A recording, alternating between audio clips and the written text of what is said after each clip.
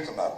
ఒకసారి ఏమో తెలుగుదేశానికి సపోర్ట్ చేస్తారు, ఒకసారి ఏమో వ్యతిరేకించినట్టుగా నటిస్తారు.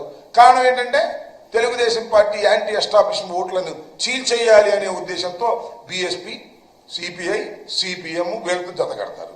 మళ్ళీ అయిపోయిన తర్వాత మళ్ళా మన తెలుగుదేశం పార్టీతోనూ బీజేపీతోనూ జత కట్టేటటువంటి పరిస్థితులు, అవకాశవాద రాజకీయాలు మీరు చేస్తూ ఉత్తరాది అహంకారాన్ని ఎదుర్కొంటామని చెబుతూ దక్షిణాదికి ప్రతినిధిగా బయలుదేరి, నాకు తెలియగలుగుతానండి, మన పిఠాపురం కర్ణాటక నుంచి వచ్చారంట, తమిళనాడు నుంచి వచ్చారంట, మహారాష్ట్ర నుంచి వచ్చారంట, తెలంగాణ నుంచి వచ్చారంట.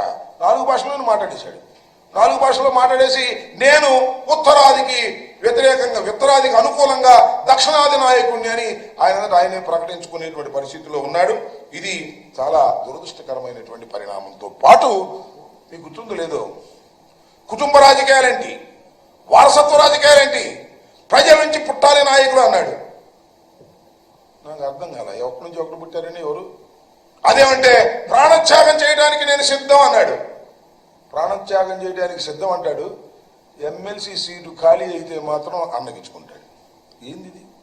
ఇలాంటి అవకాశవాద రాజకీయాలు చేస్తున్నటువంటి వ్యక్తి ఇవాళ పవన్ కళ్యాణ్ గారు పిఠాపురం సాక్షిగా ఇవన్నీ నిరూపణ అయినాయి అని కూడా ఈ సందర్భంగా నేను చెప్పదలుచుకున్నాను.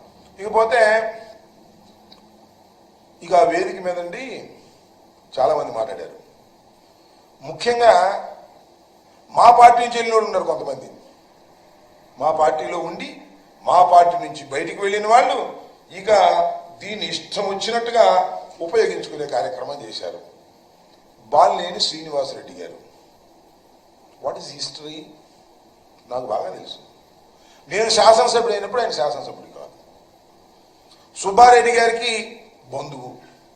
అందువల్ల వైఎస్ఆర్ కాంగ్రెస్ పార్టీలోనూ ప్రిఫరెన్స్ ఇస్తే రాజకీయాల్లోకి వచ్చి ఎదిగి పెద్దవాడై మొత్తం రాజకీయాలని చేసి ఇవాళ అలిగి వెళ్ళి ఆయన దగ్గర చేరాడు. చేస్తే చేరపో, మాకేం అభ్యంతరం లేదు. రాజకీయం అధికారం కోసం పార్టీలు మారేవాళ్ళు 300 మందిని చూసాం, దానిలో నువ్వు ఒకటివి. వాడు అంటాడైనా నా ఆస్తులన్నీ కూడా నాశనం చేసుకున్నాను, బోలెడు డబ్బులు తగలేసుకున్నాను, నా దగ్గర నుంచి జగన్మోహన్ రెడ్డి గారు దోపిడీ చేసి ఆస్తులు లాక్కున్నాడు అనేటువంటి మాట మాట్లాడుతున్నారు. అసలు సిగ్గేలా లేదన్నా. ఎక్కడ పోగొట్టుకున్నావు నీ ఆస్తులు? ఎక్కడ పోగొట్టుకున్నావు అక్కడ ఎదుక్కో, ఇక్కడ కాదు. ఎక్కడో పోగొట్టుకుని ఉంటావు నువ్వు, అక్కడ ఎదుక్కోవాలి. చాలామంది చెప్తా ఉన్నారు ఎక్కడెక్కడ పోగొట్టుకున్నావు, అక్కడ వెళ్ళి ఎదుక్కోవాల్సింది పోయి ఇవాళ పిఠాపురం సాక్షిగా నేను అన్ని నిజాలు చెప్తాను అని జగన్మోహన్ రెడ్డి గారి మీద అవాకులు చవాకులు పేలుతున్నారే, గుర్తుపెట్టుకోండి. దానివల్ల మీకేదో పెరుగుతుంది అనుకోకండి, దానివల్ల మీ క్యారెక్టర్ డౌన్ అవుతుంది.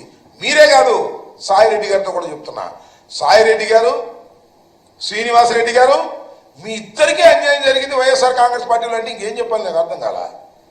మీరేగా మొత్తం అంతా ఏలింది. జగన్మోహన్ రెడ్డి గారు ఆ చెవిలోను ఈ చెవిలోను చేరినటువంటి వ్యక్తులు మీరు ఇవాళ మీకు అన్యాయం జరిగిపోయింది అనేటువంటి మాటలు మీరు మాట్లాడుతున్నారు జనసేన వేదిక మీద. వారికి అట్టాకు సిగ్గు లేదు, మీకు సిగ్గు లేదు, సిగ్గు లేకుండా మాట్లాడుతున్నారు. అయ్యా పవన్ కళ్యాణ్ గారు, ఇలాంటి వారిని నమ్మి నువ్వు రాజకీయాలు చేస్తే శ్రీమద్ రమారమణ గోవింద్ అనే విషయాన్ని కూడా గుర్తుపెట్టుకోమని మనకు చేస్తున్నాను. దాంతోపాటు ఇంకొక ఆయన ఉన్నాయండి, మా దగ్గరే ఉన్నాడు మొన్నటిదాకా. నేను టికెట్ ఇవ్వకూడదంటే అక్కడికి వెళ్ళాడు. ఆయన మాట్లాడుతున్నాడు, జగన్మోహన్ రెడ్డి గారి గురించి మాట్లాడుతున్నాడు. రాజశేఖర రెడ్డి గారి దయా దాక్షిణ్యాల వల్ల పార్లమెంటు సభ్యుడైనటువంటి వ్యక్తి, జగన్మోహన్ రెడ్డి గారి దయా దాక్షిణ్యాల వల్ల పార్లమెంటు సభ్యుడైనటువంటి వ్యక్తి. ఆయన మాట్లాడతాడు, పులివెందులకు ఎక్కువ కడపకు తక్కువ అంట జగన్మోహన్ రెడ్డి గారు. ఆయన బొమ్మ పెట్టుకుని గెలిచినటువంటి నువ్వు ఇవాళ దరువు కొట్టే కార్యక్రమం చేస్తా ఉన్నావు. గుర్తుపెట్టుకో, నీ జీవితం మొత్తం అందరికీ తెలుసు. ఏదో వేదిక దొరికింది కదా అని రెచ్చిపోవద్దు, పిచ్చి పిచ్చిగా మాట్లాడొద్దని కూడా మనం చేస్తున్నాం. ఎప్పుడు ఇలాగే ఉండదు సార్. 4 సంవత్సరాలే, 4 సంవత్సరాల పరిస్థితులు మారతాయనే విషయాన్ని కూడా గుర్తుపెట్టుకోండి. ఇష్టం వచ్చినట్టు మాట్లాడి ఇక్కడేమో దరువు కొట్టడం, అక్కడికి వెళ్ళి ఎర్ర కండవా వేసుకొని ఇష్టం వచ్చినట్టు పవన్ కళ్యాణ్ గారి దగ్గర మాట్లాడేటటువంటి దుర్మార్గమైన రాజకీయాలు దయచేసి చేయొద్దు. అలా చేశారా మీకు భవిష్యత్తులో నూకలు మిగలవని కూడా ఈ సందర్భంగా నేను చెప్పదలుచుకున్నాను.